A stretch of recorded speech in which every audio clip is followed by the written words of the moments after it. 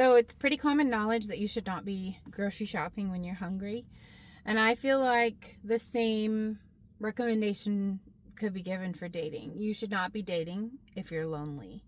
And I know that sounds kind of counterintuitive because you might be thinking, oh, I'm lonely and this is a good time to date because, I want somebody to share my time with, right? But it's like when you're hungry, you're just kind of grabbing whatever you see at the grocery store without really thinking about if it's going to be good for you, if it's really going to be what you want, and if it's really going to satisfy you in the way that you think that it will. The same is true for dating. If you are dating when you're lonely, you're just going to be like saying yes to anybody that comes across your path, whether it meets your parameters or preferences or whatever. You're just going to say yes to it.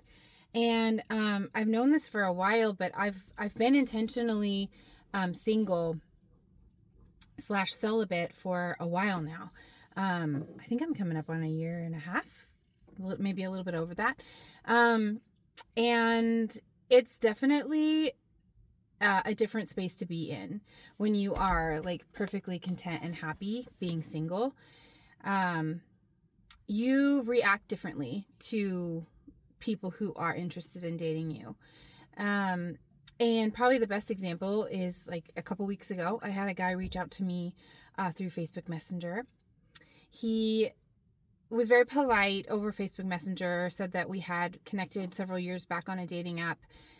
We'd never met, but he saw my profile on Facebook and he was interested in maybe talking and getting to know each other again and seeing if there was something there. I honestly didn't remember him. He said that he didn't respond to something and he claimed it was because he lost his phone and didn't have the ability to get everything back. And then when he finally got it back, I wasn't on the app anymore, which is possible. Like, I have a pretty short, like, patience fuse, I guess. If you don't answer me within a couple of days, I've figured you're not interested or you moved on or you're just not somebody who communicates well, and that's not something I'm interested in. So I just, I delete the connection. No hard feelings. I just, like, why keep it around if it's not going anywhere? So that definitely tracked with me. I didn't really remember him. He said we never met or even talked, but I did let him know that I was not looking for a relationship, but I was open if something were to be a good fit. And we chatted for a couple of days. There was no substance. Like, I kept trying to have some sort of conversation get started.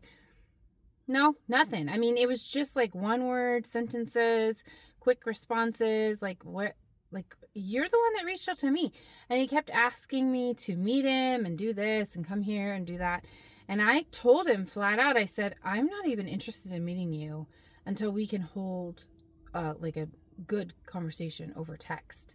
And even then I would want to talk to you on the phone, but you're not giving me anything to work with here. Like, you're the one that said you wanted to get to know me and that you were interested in me. And yet at the same time, it's literally just, what are you doing? How's your day? What's your favorite color? Like, you said that you wanted to get to know me, so get to know me. I'm an open book. Like, I'll even get the ball started if you're not really sure where to start. And so I'd ask some open-ended questions and he's just not responding. And so that went on for, I don't know, it was less than a week or about a week or something like that. And he just, again, asked me if I wanted to meet. And I was very honest and said, no, I don't want to meet. You've not given me any reason to want to meet you or even to let this continue. So I'm going to let you go on your way.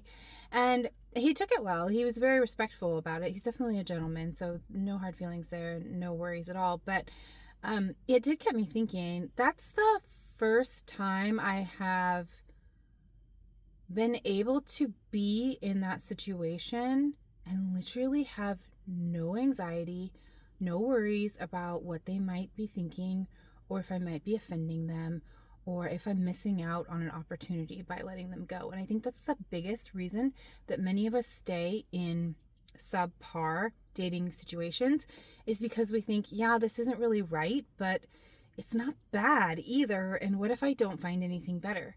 Truthfully, though, my life is better. My life with my kids is better.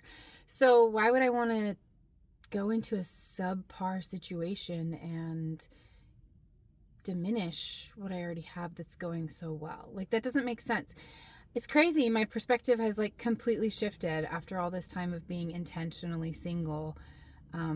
It's pretty exciting that it's like when you're grocery shopping and you just had dinner, right? You're like, no, I don't need all that junk. I don't need that. That's not going to help me in any way. That's not a good choice for me. Let's make, good, healthy choices that are going to make my life better. And, yeah, it's just the same thing. Like when your life is full of good things, you only want to put more good things in it. You're not going to be settling for something that's less than. And it's so true. Like, don't grocery shop when you're hungry, and don't date when you're lonely. I mean, it's just going to help you look at things with a clearer perspective. So just a thought.